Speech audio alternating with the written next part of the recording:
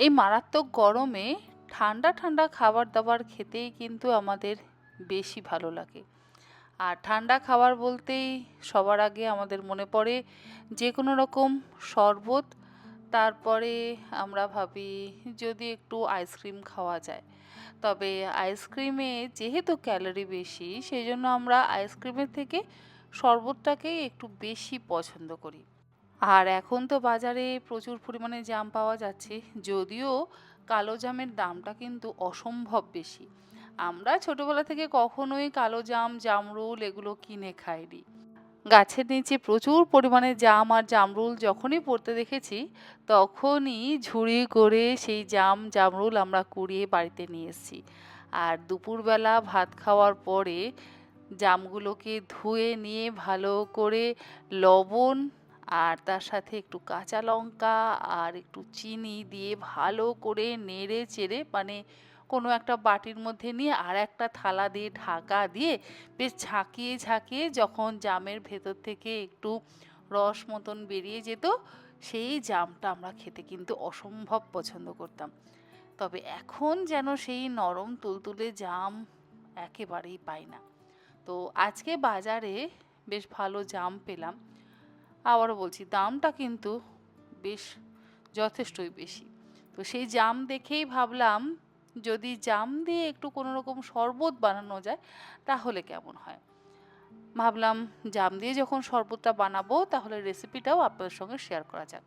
আমি নিয়ে এসেছিলাম 500 গ্রাম পরিমাণে জাম। 2-4টে জাম এমনিই ধুয়ে লবণ দিয়ে খেয়েছি।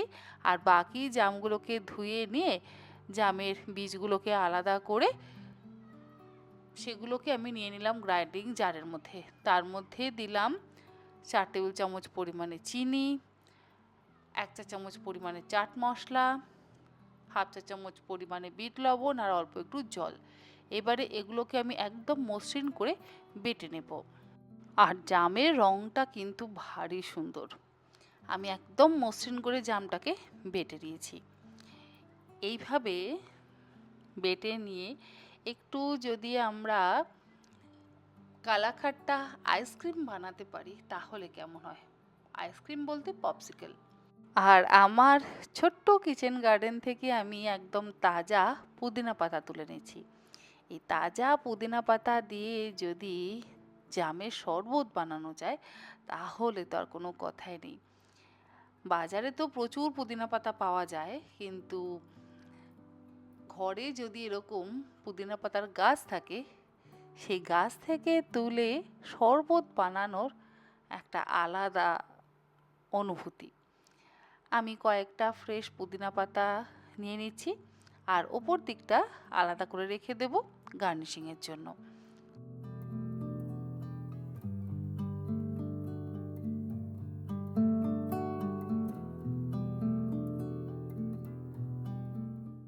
জামের মিশ্রণটা তৈরি করে নেওয়ার পর আমি 4-5টা করে ফ্রেশ পুদিনা পাতা দিয়ে দিলাম গ্লাসের মধ্যে।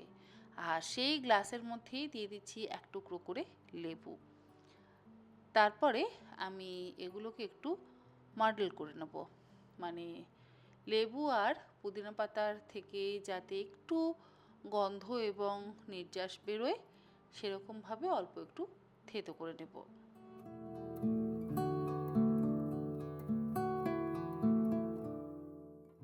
এরপরে এর মধ্যে দিয়ে দিলাম বেশ কয়েক টুকরো বরফ।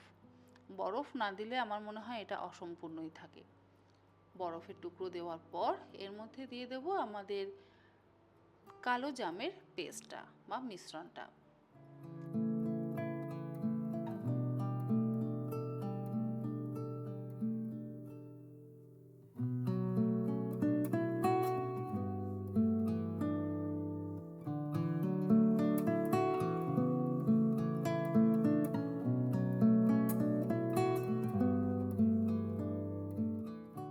মিশ্রণটা দেওয়ার পর এর মধ্যে আমি হাফ চা চামচ করে চাট মশলা আবারও দিয়ে দিলাম।